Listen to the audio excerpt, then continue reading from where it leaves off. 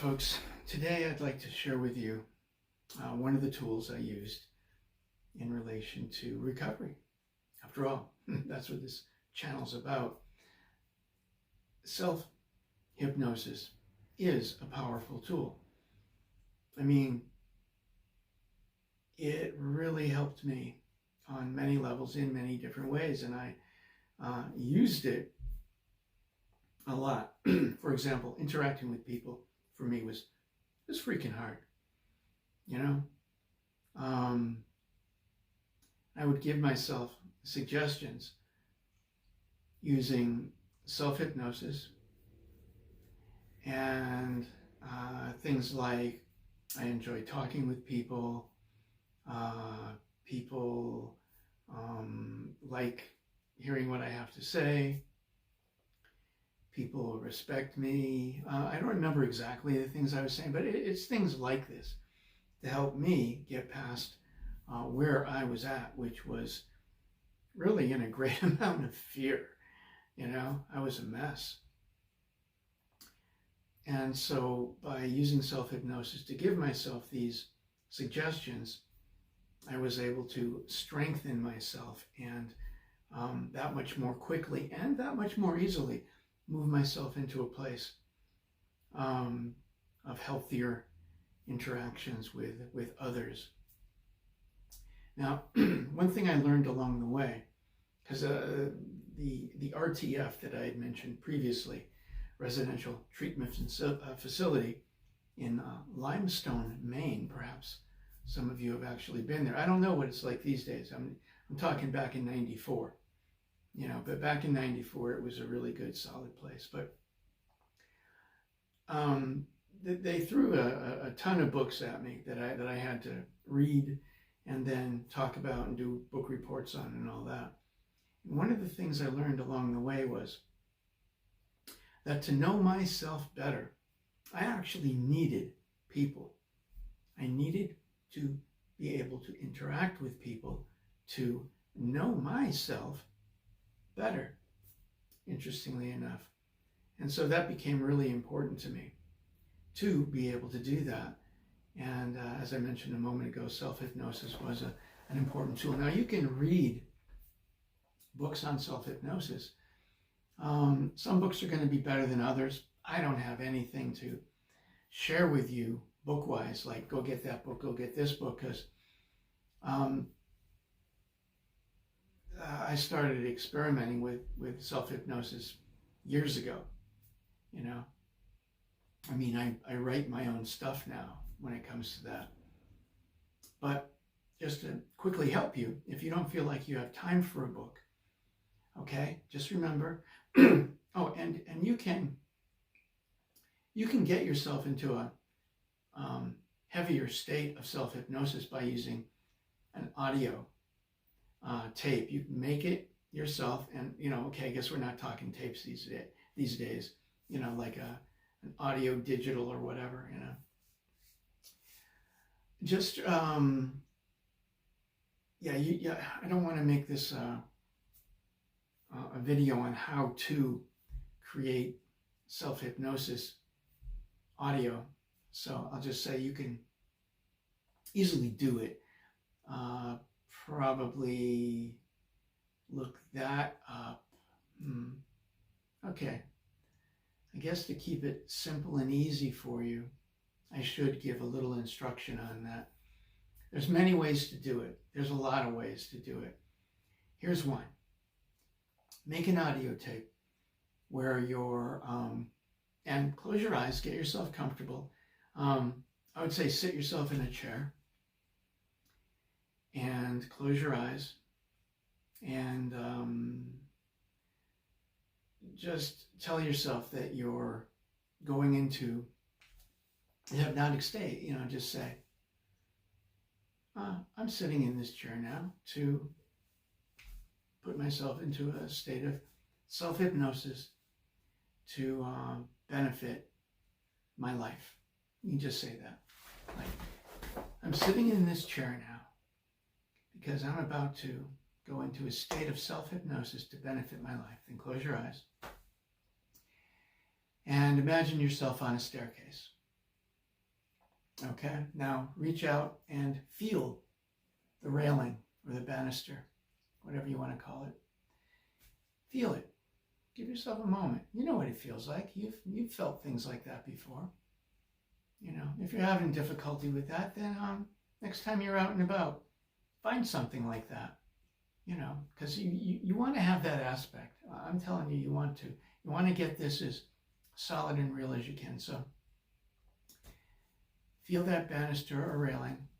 We're going to do 10 steps, okay? Feel the steps beneath your feet. Once again, you know, find someplace in your area that actually literally has stairs and a railing or banister so you can touch this and get that feeling if you feel you need to. And so now you're sitting at home. You're in a space where you know you're not going to be disturbed as well as you can be. Shut your phone off, turn the ringer off, something. You don't want to be disturbed during this. If you're with somebody who may walk in on you, then let them know what you're doing beforehand, as long as they're open to it. If you feel like they're not open to hypnosis or self-hypnosis, then just call it something else. Say you're going to take some quiet time. Because honestly, you don't need their negativity. You want to go through this and just do it. Okay. So you've gotten all that. You're on your staircase. You're touching the banister. You're feeling it as well as you can. This all gets easier, by the way.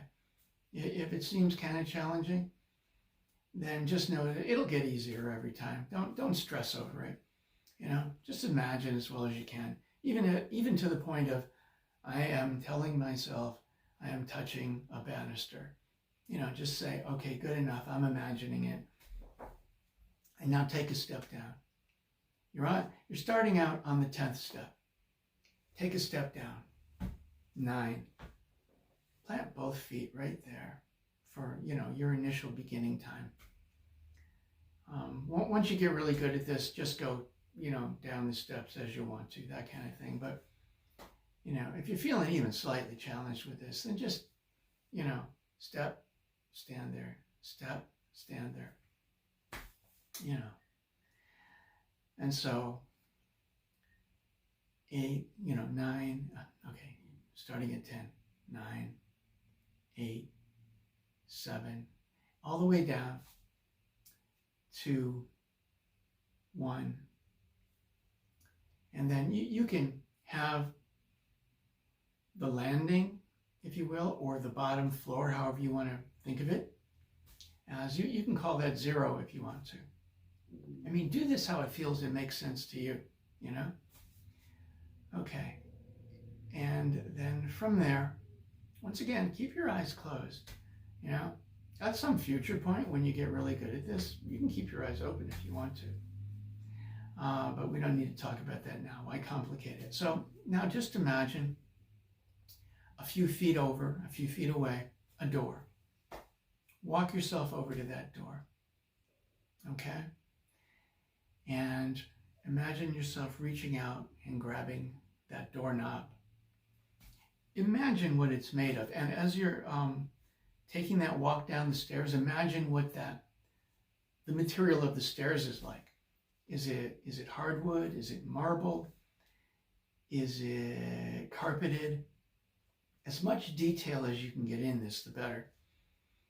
And so, and the banister or railing, what is that? Is that wood? Is it metal? Is it warm to the touch or cold to the touch? As much detail as you can get into this, the better. So anyway, go ahead and get yourself all the way down there and open up the door to your room, walk in, and then close it. At this point, you may wish, and it's up to you, but you may wish to imagine a bright light in your room that's burning through any negativity that may be around you or in you. Just burning through it, purifying you. Okay, so take a few moments to imagine that. Just in a good, healthy way, burning through all of you, purifying you, purifying your spirit. And then, however you want to do it. You may imagine yourself walking over to a chair in your room. A nice big stuffed comfortable chair, a straight back chair, whatever kind of chair, or a couch. Okay, get yourself there. Or just stand there without anything to sit on if you so desire. And start giving yourself some suggestions. Is it that you want to interact with people more easily, more comfortably, with less stress?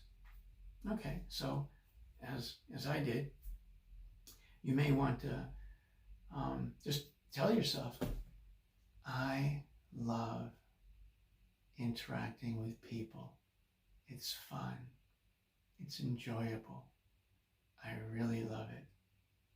I love speaking with people.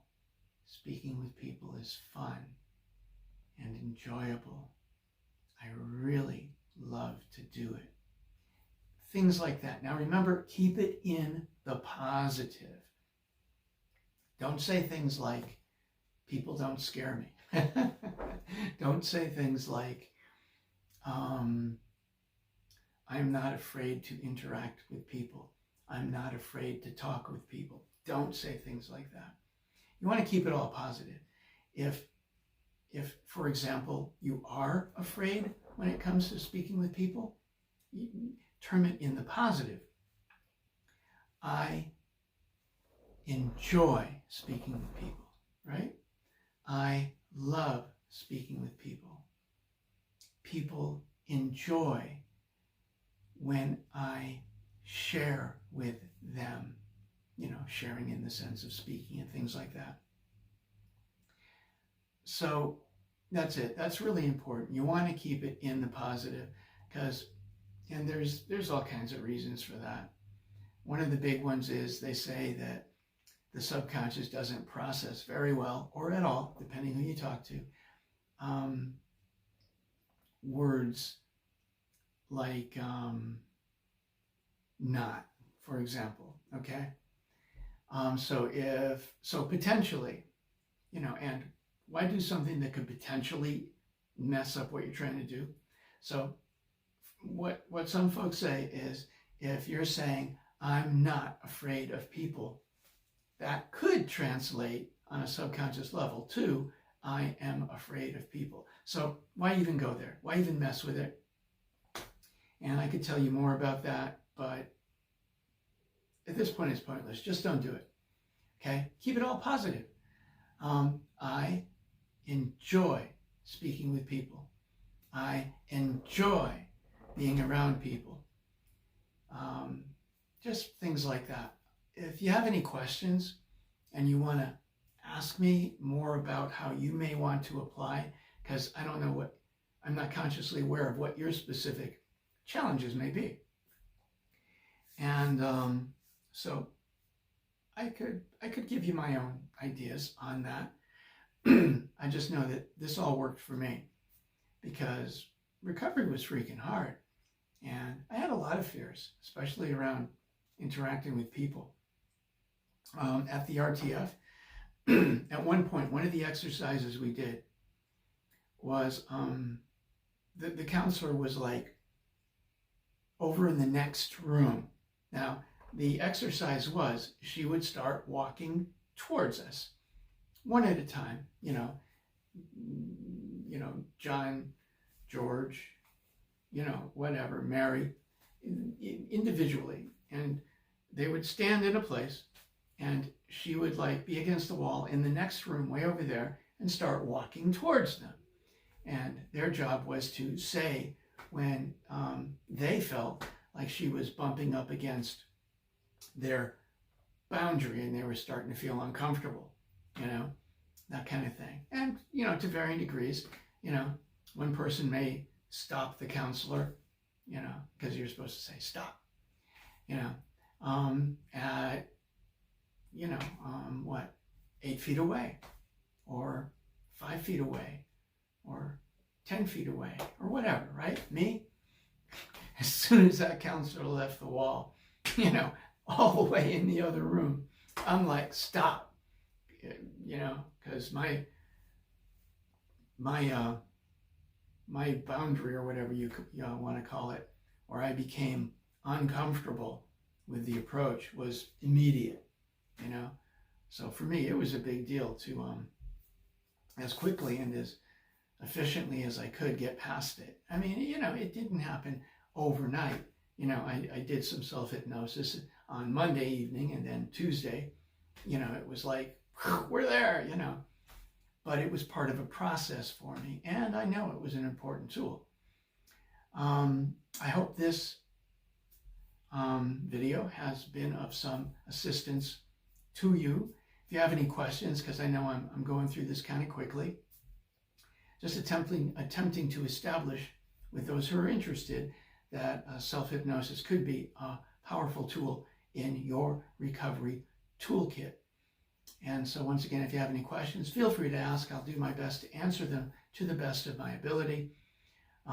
Certainly, if this interests you, find some material. Not all material will be created equally. See how you feel about it. And yeah, if it makes sense to you, go ahead and do it. Remember to stay away from the negative way of terming things if you do use this. Great value in terming things in a positive way, and potential disaster if you term things in a negative way. So, okay, I guess that's it. For now, remember to ask those questions. If you have any, please give this video a thumbs up and subscribe to help me create more videos. If you would like a video on some aspect of recovery that I haven't yet touched upon, because really I'm just starting this channel, then go ahead and ask it, because believe it or not, it's actually important to me to be of the best help I can be to you. And once again, the reason for that is, as I mentioned in a previous video, man, I know what it's like. I know what it's like to be on that path. And I also know what it's like to just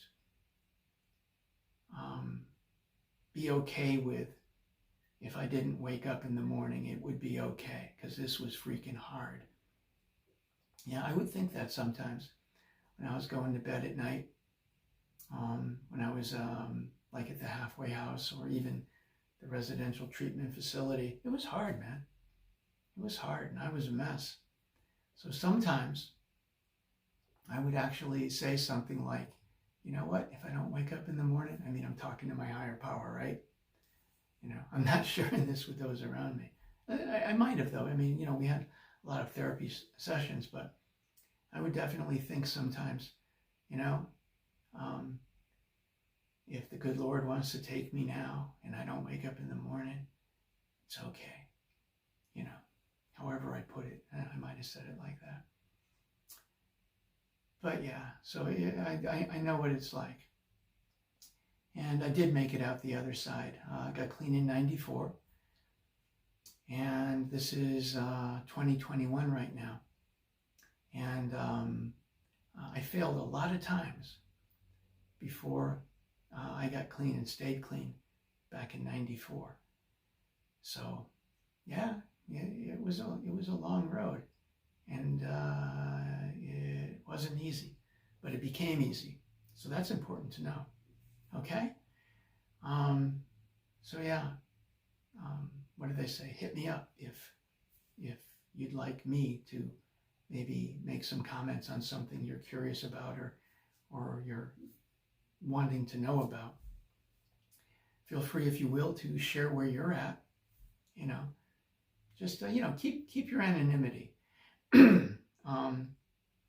for as long as makes sense to you. A lot of folks don't understand. You know, they just don't understand. I'll quickly touch on that. I thought I was wrapping this up right now, but seeing as how I've walked down this path, you know, the whole anonymity thing, for some folks can be really important. And it makes a lot of good sense because some people just don't understand. For example, maybe some of you have heard this before. Well, you know, if he really wanted to get clean, he would do it. Obviously, he doesn't really want to get clean. If he really loved his family, if she really loved her family, you know, he or she would get clean. And they're not doing it, so obviously they don't care enough. No, man, it's not like that. If it's real addiction, it's not a matter of just putting down the drug and walking away from it. Real addiction doesn't really allow that. Okay? Real addiction is where the blood, the sweat, and the tears and the suicides come in. The broken families, the hurting, the ones you love, the losing yourself and never making it back. Not everybody makes it back. Come on. Okay? So, in my way, I know. Okay? So maybe I can be a resource for you. Yeah, I want to grow my channel. Of course I do. I question whether there's enough people out there that'll be interested in this for me to grow this channel.